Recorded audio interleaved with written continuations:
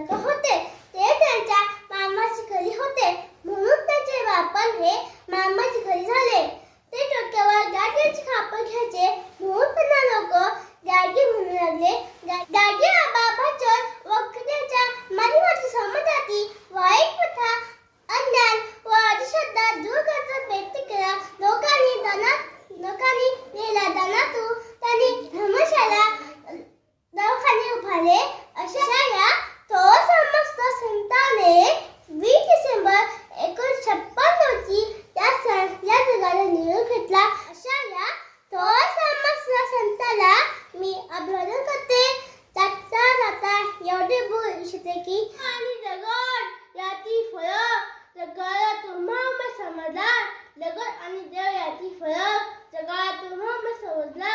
माझा देव सदा संत आनंद उमजला. जय हिंद. धन्यवाद.